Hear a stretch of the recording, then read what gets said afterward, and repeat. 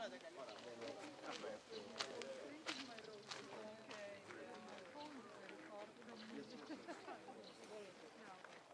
all turned out very well.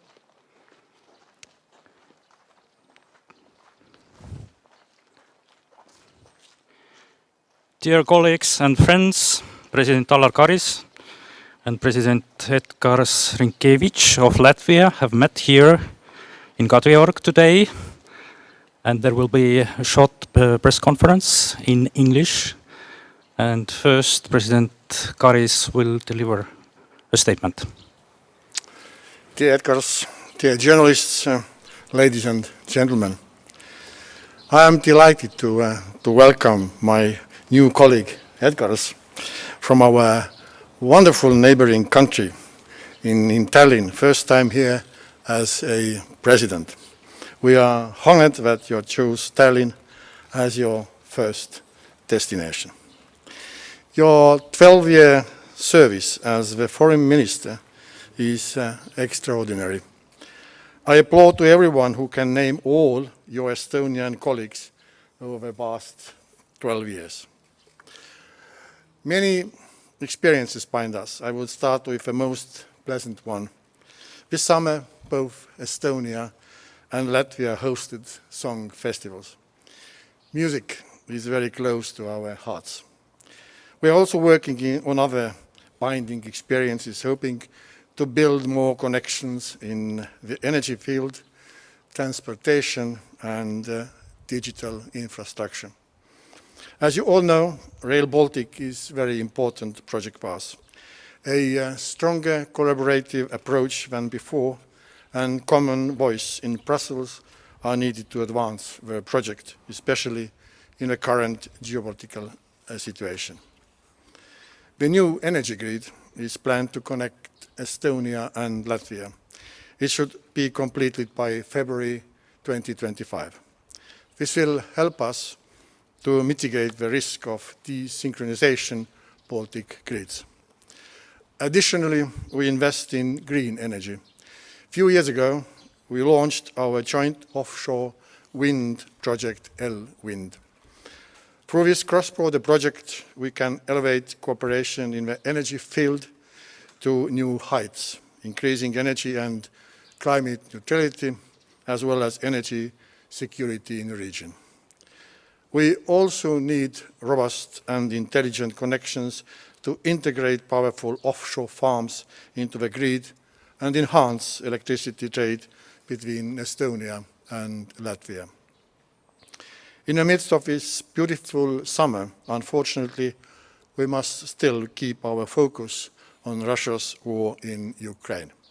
All NATO allies are steadfast in supporting Ukraine, and this message will resound at the upcoming summit in Vilnius.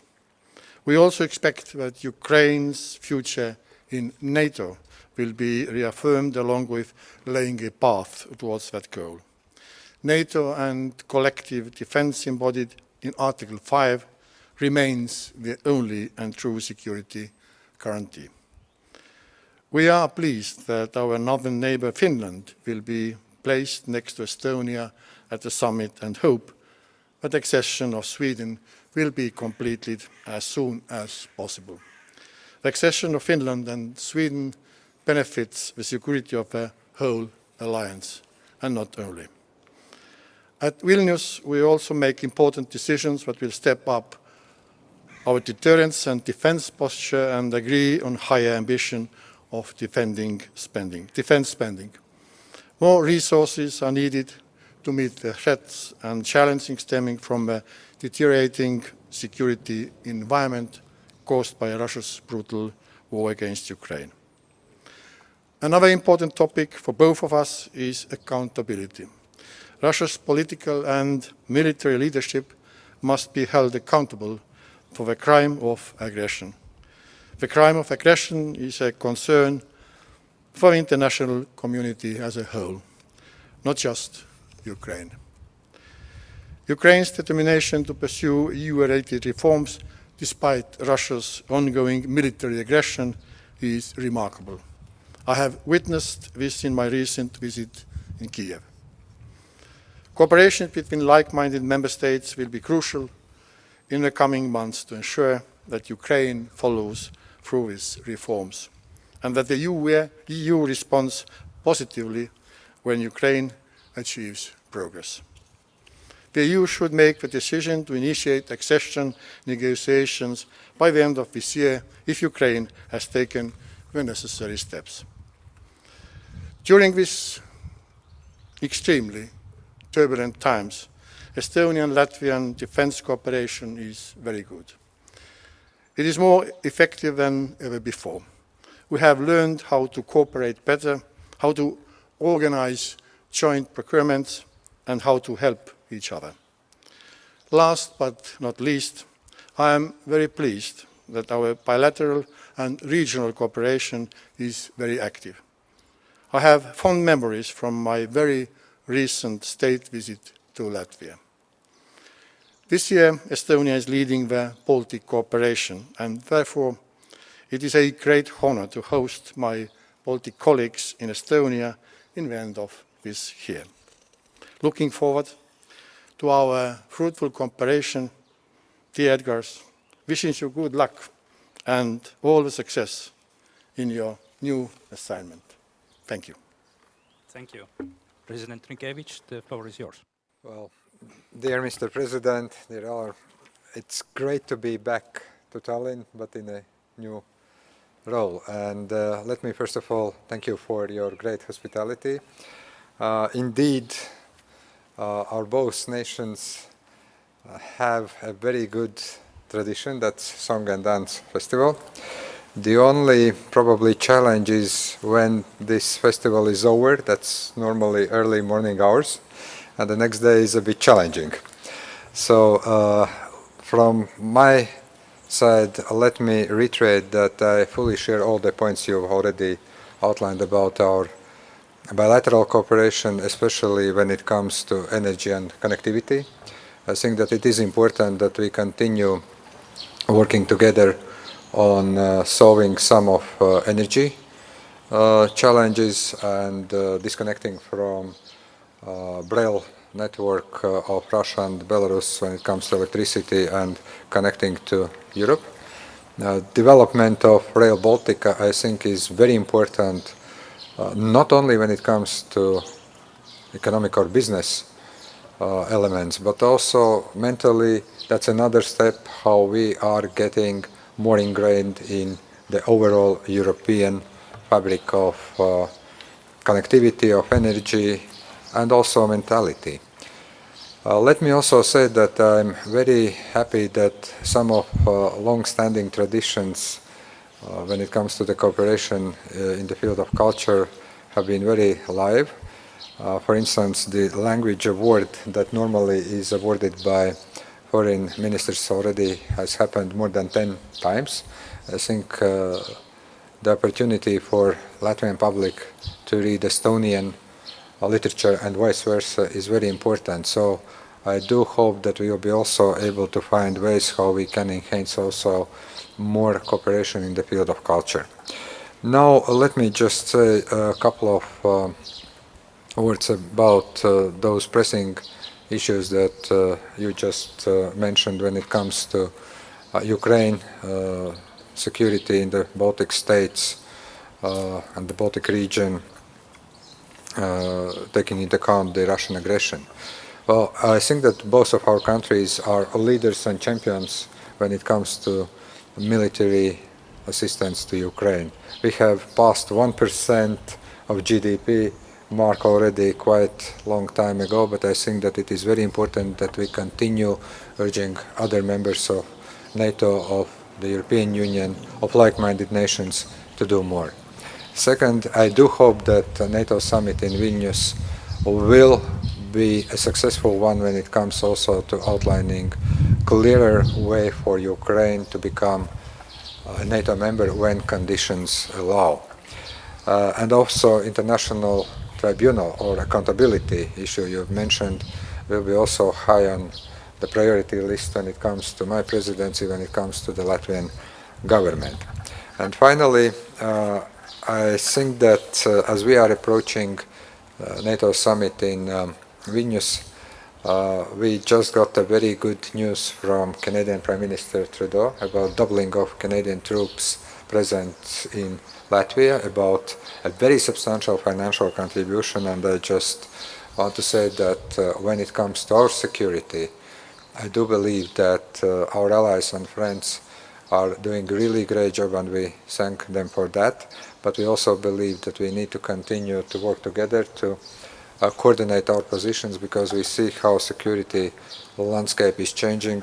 For instance, especially taking into account recent developments in Russia, mutiny of Wagner Group, and also some reports that some of mercenaries of Wagner Group are going to show up or already have showed up in Belarus, which we of course believe is a direct security threat to us. I'll stop here.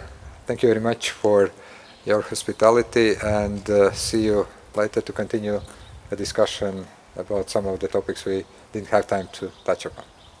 Thank you. We'll take one Latvian and one Estonian question. Please, Latvian public television. Yes, hi, Karis from Latvian TV. I had a question about NATO summit to both of the presidents. Are there any united objective agenda for all three Baltic states that you would like to achieve in Vilnius especially? Thank you. Thank you very much for this question. I mean, all these points we have are in our common interest. That means a raise of defense budget, which is supposed to be now at least 2%, and also that we have our eastern flank defense forces over here. That means we can feel secure in coming years and decades. And of course, we support Ukraine on his path to NATO. Well, let me say this. First of all, I agree about defense budget. I think that here in the Baltic states, in Latvia, Estonia, we are going to reach 3% of GDP for defense by various dates. For us, it's 2027. Lithuania, Estonia have their, let's say, calendars for that. But it is also important that other NATO members follow that, let's say, suit, and at least raise their defense budget to 2% of GDP that has been agreed upon already back in 2014 during Wells Summit, and probably increase more. But just to answer telegraphically some of those elements, well, number one, I do hope, and that would be a very good dream come true, that Sweden formally becomes the 32nd NATO member.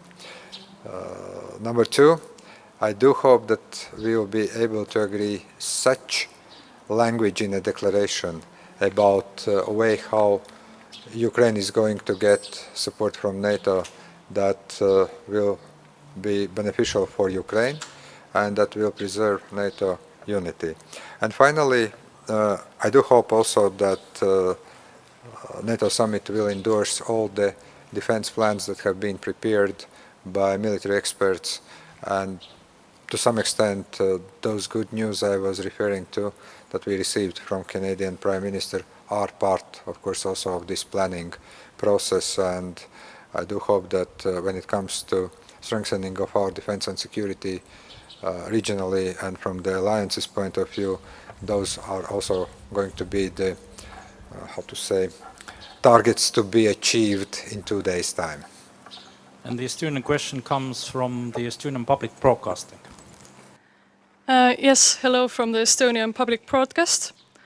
So, what are the most important aspects of Estonians and Latvia's relationships to be discussed? There are many important issues. We only talk about important issues. But of course, as we also both mentioned, connectivity is extremely important. We don't want to become an isolated peninsula in this European family. So any kind of collection, starting from Rail Baltic, but also digital and so forth. This is important. And of course, we both Both nations want to put more effort on research and also industry relations, and of course our cultural connections. So there are a number of issues, and as President mentioned to me, it's important to have quite often government meetings that we could discuss more detailed about our present and future. Well, I'm here to resolve the long-standing issue, which city, Riga or Tallinn, was the first to host Christmas tree. I hope we will do that by the end of this meeting. All right, this concludes the press conference. So thank you. Thank you.